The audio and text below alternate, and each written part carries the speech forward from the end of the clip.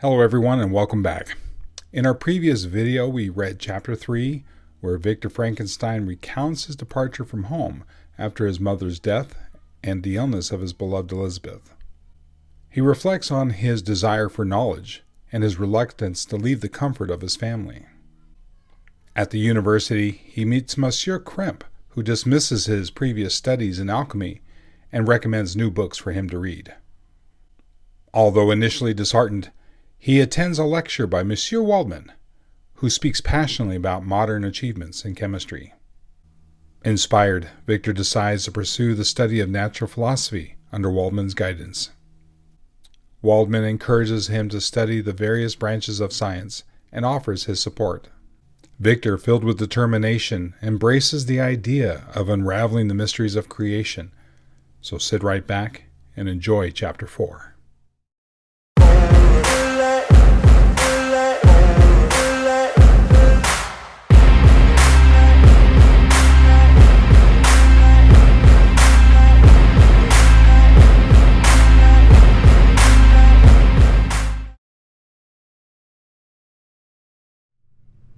Chapter 4.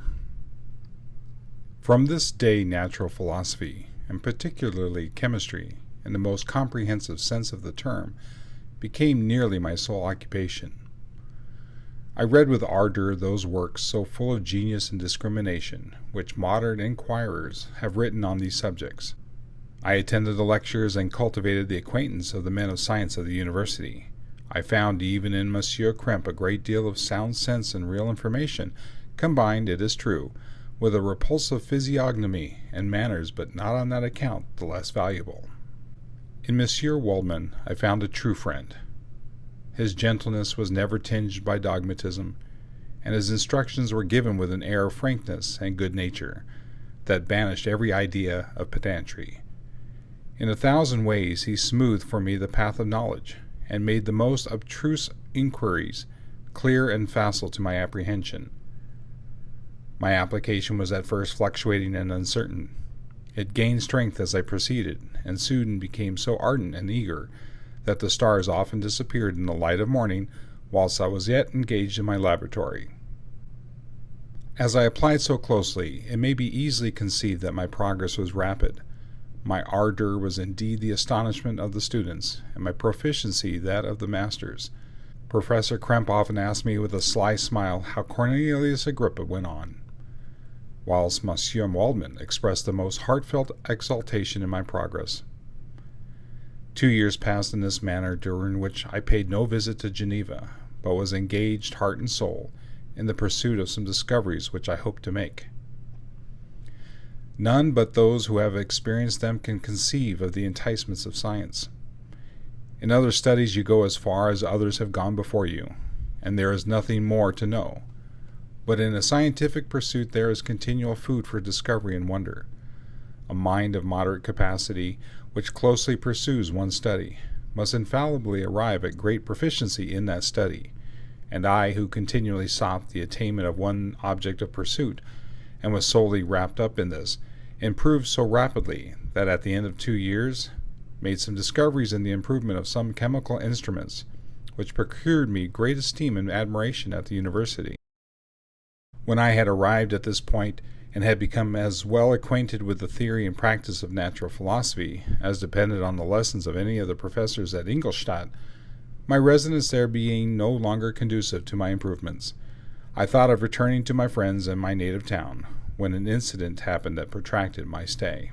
One of the phenomena which had peculiarly attracted my attention was the structure of the human frame, and indeed any animal endued with life. Whence, I often asked myself, did the principle of life proceed? It was a bold question, and one which has ever been considered as a mystery. Yet with how many things are we upon the brink of becoming acquainted, if cowardice or carelessness did not restrain our inquiries?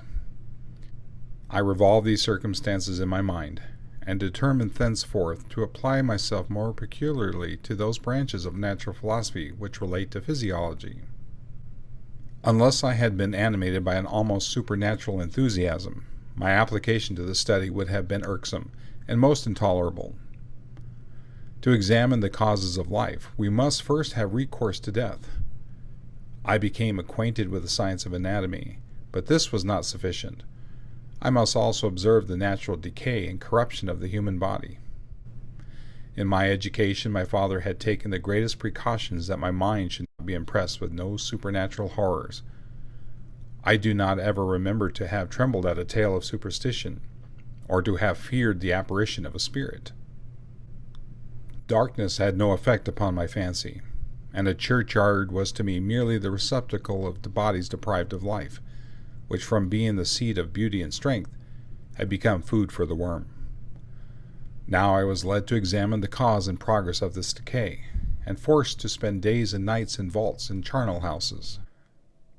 My attention was fixed upon every object the most insupportable to the delicacy of the human feelings. I saw how the fine form of man was degraded and wasted. I beheld the corruption of death succeed to the blooming cheek of life. I saw how the worm inherited the wonders of the eye and brain.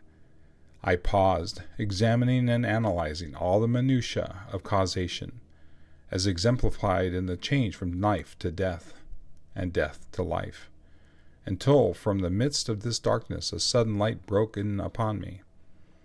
A light so brilliant and wondrous, yet so simple, that while I became dizzy with the immensity of the prospect which it illustrated, I was surprised that among so many men of genius who had directed their inquiries toward the same science, that I alone should be reserved to discover so astonishing a secret. Remember, I am not recording the vision of a madman. The sun does not more certainly shine in the heavens than that which I now affirm is true. Some miracle might have produced it, yet the stages of the discovery were distinct and probable. After days and nights of incredible labor and fatigue, I succeeded in discovering the cause of generation and life. Nay, more, I became myself capable of bestowing animation upon lifeless matter. The astonishment which I had at first experienced on this discovery soon gave place to delight and rapture. After so much time spent in painful labor, to arrive at once at the summit of my desires was the most gratifying consummation of my toils. But this discovery was so great and overwhelming that all the steps by which I had been progressively led to it were obliterated, and I beheld only the result. What had been the study and desire of the wisest men since the creation of the world was now within my grasp. Not that, like a magic scene, it all opened upon me at once. The information I had obtained was of a nature rather to direct my endeavors so soon as I should point them towards the object of my search, than to exhibit that object already accomplished. I was like the Arabian who had been buried with the dead, and found a passage to life, aided only by one glimmering and seemingly ineffectual light. I see by your eagerness and the wonder and hope which your eyes express, my friend, that you expect to be informed of the secret with which I am acquainted, that cannot be. Listen patiently until the end of my story, and you will easily perceive why I am reserved upon that subject. I will not lead you on, unguarded and ardent as I then was, to your destruction and infallible misery. Learn from me, if not by my precepts, at least by my example, how dangerous is the acquirement of knowledge, and how much happier that man is who believes his native town to be the world, than he who aspires to become greater than his nature will allow. When I found so astonishing a power placed within my hands, I hesitated a long time concerning the manner in which I should employ it. Although I possessed a capacity of bestowing animation, yet to prepare a frame for the reception of it, with all its intricacies of fibers, muscles, and veins, still remained a work of inconceivable difficulty and labor. I doubted at first whether I should attempt the creation of a being like myself, or one of simpler organization. But my imagination was too much exalted by my first success to permit me to doubt of my ability to give life to an animal as complex and wonderful as man. The materials at present within my command hardly appeared adequate to so arduous an undertaking, but I doubted not that I should ultimately succeed. I prepared myself for a multitude of reverses. My operations might be incessantly baffled, and at last my work be imperfect. Yet, when I considered the improvement which every day takes place in science and mechanics, I was encouraged to hope my present attempts would at least lay the foundation of future success. Nor could I consider the magnitude and complexity of my plan as any argument of its impracticability. It was with these feelings that I began the creation of a human being. As the minuteness of the parts formed a great hindrance to my speed, I resolved, contrary to my first intention, to make the being of a gigantic stature, that is to say, about 8 feet in height and proportionably large. After having formed this determination, and having spent some months in successfully collecting and arranging my materials, I began. No one can conceive the variety of feelings which bore me onwards like a hurricane in the first enthusiasm of success. Life and death appeared to me ideal bounds which I should first break through and pour a torrent of light into our dark world. A new species would bless me as its creator and source. Many happy and excellent natures would owe their being to me. No father can claim the gratitude of his child so completely as I should deserve theirs.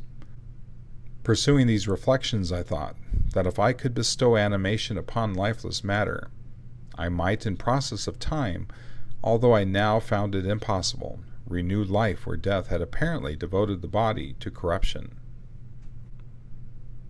These thoughts supported my spirits, while I pursued my undertaking with unremitting ardor. My cheek had grown pale with study, and my person had become emaciated with confinement. Sometimes on the very brink of certainty I failed, yet still I clung to the hope which the next day or the next hour might realize. One secret which I alone possessed was the hope to which I had dedicated myself, and the moon gazed on my midnight labors, while with unrelaxed and breathless eagerness I pursued nature to her hiding places.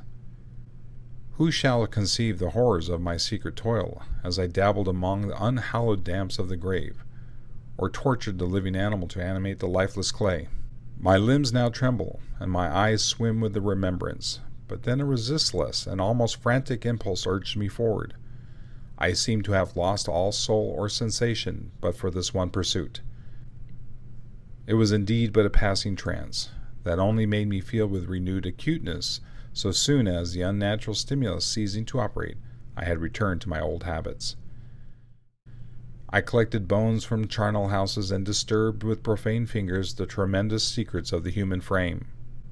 In a solitary chamber, or rather cell, at the top of the house, and separated from all the other apartments by a gallery and staircase, I kept my workshop a filthy creation. My eyeballs were starting from their sockets and attending to the details of my employment. The dissecting room and the slaughterhouse furnished many of my materials, and often did my human nature turn with loathing from my occupation, while still urged on by an eagerness which perpetually increased, I brought my work near to a conclusion. The summer months passed while I was thus engaged, heart and soul, in one pursuit. It was a most beautiful season. Never did the fields bestow a more plentiful harvest, or the vines yield a more luxuriant vintage, but my eyes were insensible to the charms of nature, and the same feelings which made me neglect the scenes around me caused me also to forget those friends who were so many miles absent, and whom I had not seen for so long a time. I knew my silence disquieted them, and I well remembered the words of my father. I know that while you are pleased with yourself, you will think of us with affection, and we shall hear regularly from you. You must pardon me if I regard any interruption in your correspondence as a proof that your other duties are equally neglected.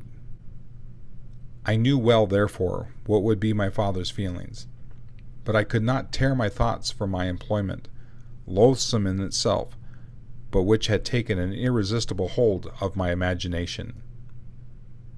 I wished, as it were, to procrastinate all that related to my feelings of affection until the great object, which swallowed up every habit of my nature, should be completed. I then thought that my father would be unjust if he ascribed my neglect to vice or faultiness on my part, but I am now convinced that he was justified in conceiving that I should not be altogether free from blame. A human being in perfection ought always to preserve a calm and peaceful mind, and never to allow passion or a transitory desire to disturb his tranquility. I do not think that the pursuit of knowledge is an exception to this rule. If the study to which you apply yourself has a tendency to weaken your affections, and to destroy your taste for those simple pleasures in which no alloy can possibly mix, then that study is certainly unlawful, that is to say, not befitting the human mind. If this rule were always observed, if no man allowed any pursuit whatsoever to interfere with the tranquility of his domestic affections, Greece had not been enslaved. Caesar would have spared his country. America would have been discovered more gradually, and the empires of Mexico and Peru had not been destroyed. But I forget that I am moralizing in the most interesting part of my tale, and your looks remind me to proceed. My father made no reproach in his letters, and only took notice of my silence by inquiring into my occupations more particularly than before. Winter, spring, and summer passed away during my labors, but I did not watch the blossom or the expanding leaves, sights which before always yielded me supreme delight. So deeply was I engrossed in my occupation. The leaves of that year had withered before my work drew near to a close, and now every day showed me more plainly how well I had succeeded. But my enthusiasm was checked by my anxiety, and I appeared rather like one doomed by slavery to toil in the mines, or any other unwholesome trade, than an artist occupied by his favorite employment. Every night I was oppressed by a slow fever, and I became nervous to a most painful degree. The fall of a leaf startled me, and I shunned my fellow creatures, as if I had been guilty of a crime. Sometimes I grew alarmed at the wreck I perceived that I had become. The energy of my purpose alone sustained me. My labors would soon end, and I believed that exercise and amusement would then drive away incipient disease, and I promised myself both of these when my creation should be complete.